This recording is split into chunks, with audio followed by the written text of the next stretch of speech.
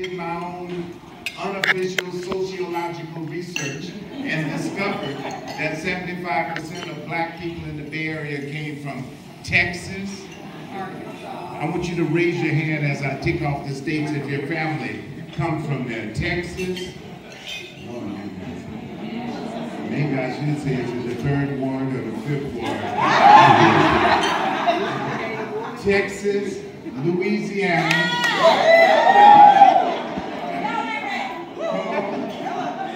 Is it the 9th ward? Or is it Shreveport? Okay. Texas, Louisiana, Arkansas, Oklahoma. That's where my people come from. Muskogee, Oklahoma. And Mississippi. Mississippi.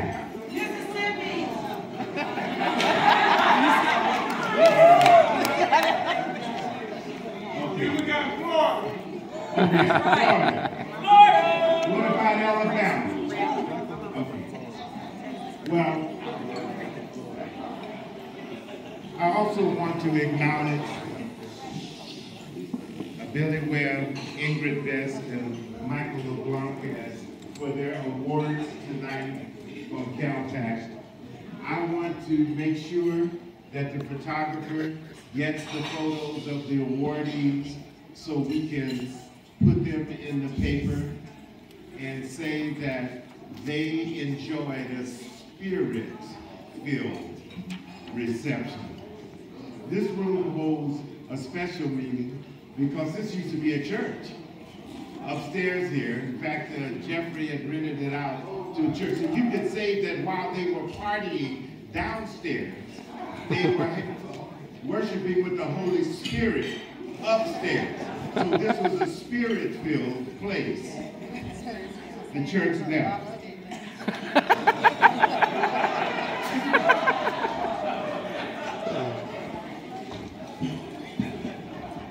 Congratulations, Dan. I want to just say a few words because we got started a little late and I don't want to be long. He told me that I could speak for 15 minutes. I want someone to raise their hand at 10 minutes because I will not go over that the time limit that was given to me. But I want to challenge all of you who are members of CAPAC to get involved. I want you to get involved again with the renewed spirit of the original founders of CAPAC. At the beginning, there were 300 or so black-owned liquor stores. A lot of them sold them to Yemenis. In fact, the Yemenis came to me to help them organize the Yemeni Merchants Association. I said, where are you all getting all of this money? He said that a lot of black owners were coming to them and saying they wanted to sell.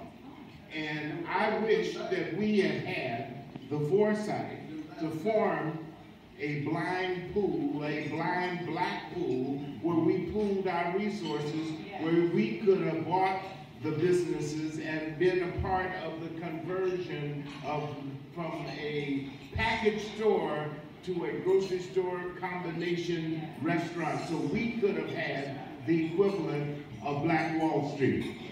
Amen. Black Wall Street in the 1920s in Greenwood, Oklahoma, had 600 businesses. 600 businesses. We're doing an article in Thursday's paper where we're talking about Black Wall Street. We again can recapture the Black Wall Street mentality of the 1920s. And even though it was white race riots that burned down those businesses, do you know that in 1920, there were 6 black airplane owners in Oklahoma? They had all kinds of businesses, from grocery stores to insurance companies, banks, and barbershops, restaurants, schools, libraries. We need capture that spirit. And the only reason we are not doing it now, we don't realize our power.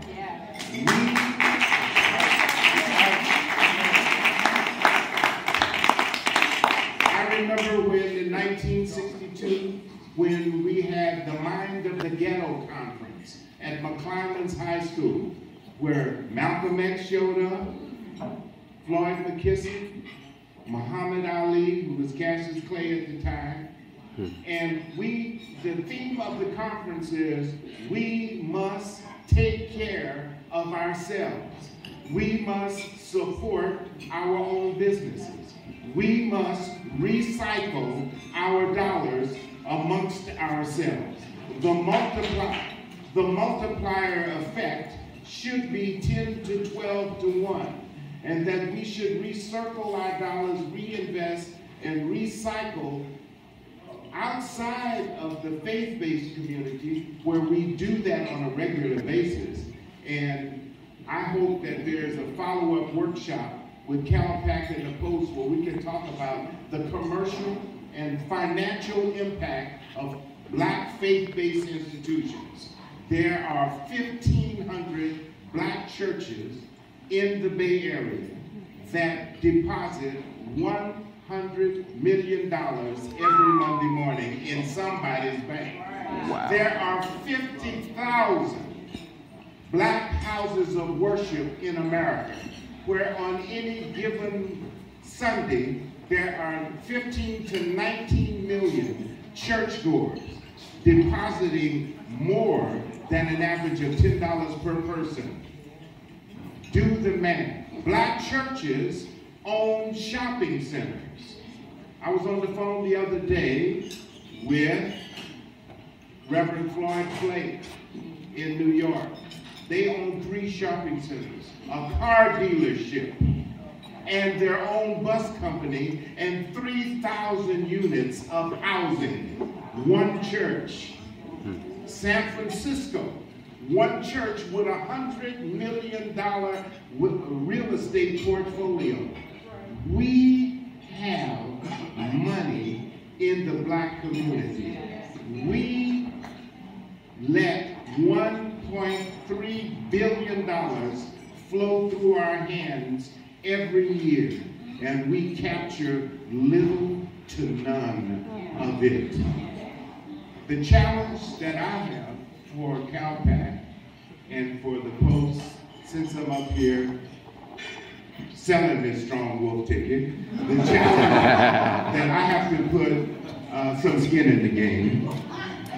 The challenge that I have, instead of trying to indict the organization, is to say, together, we should be sponsoring a weekly dialogue for the need of business development, and a monthly seminar in this place, in Everett and Jones, in Waffles, in all of the locations.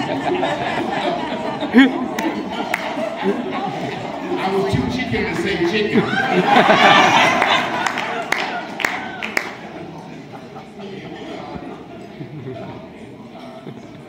Oh yeah, pecans. Well, I'm not running for office, so I don't worry about it.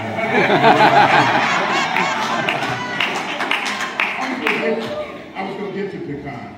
And who's the other one? Southern Comfort? Southern Pride? Oh, that's the liquor? Oh, see, I don't drink. That's why my wife said, why are you speaking? Don't know how to drink. Okay. But are you a Delta? Okay.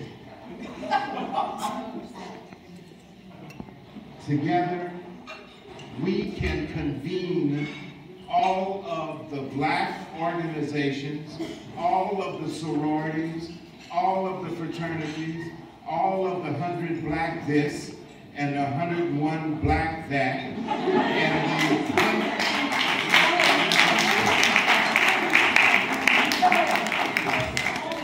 I'm starting one called the 1,000 colors. and 100 Negro organizations. Here is the proposal that I talked to Derek about it earlier.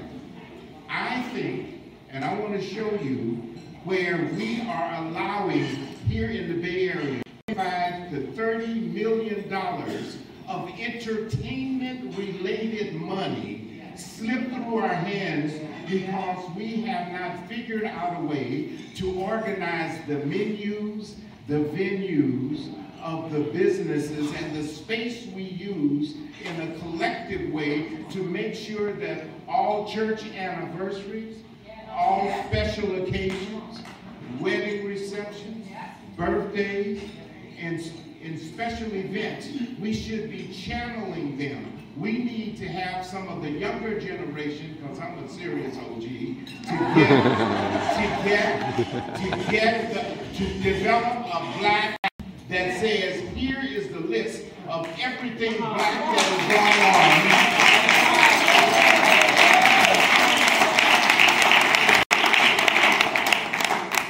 I apologize, Geoffrey. I keep my own notes, so I'm just going with the whole topic.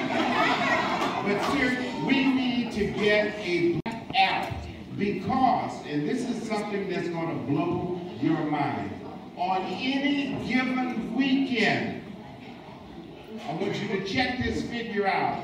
On any given weekend, there are at least 2,500 events that are going on somewhere in the greater Bay Area. 2,500. We should convene all of the PR reps, all of the special events planners, all of those who coordinate activity, and then we should convene all of those who have venues and all of those who have venues and say, how do we channel? That is $25 million that's sitting there on the table in front of you that we are allowing to slide through our hands.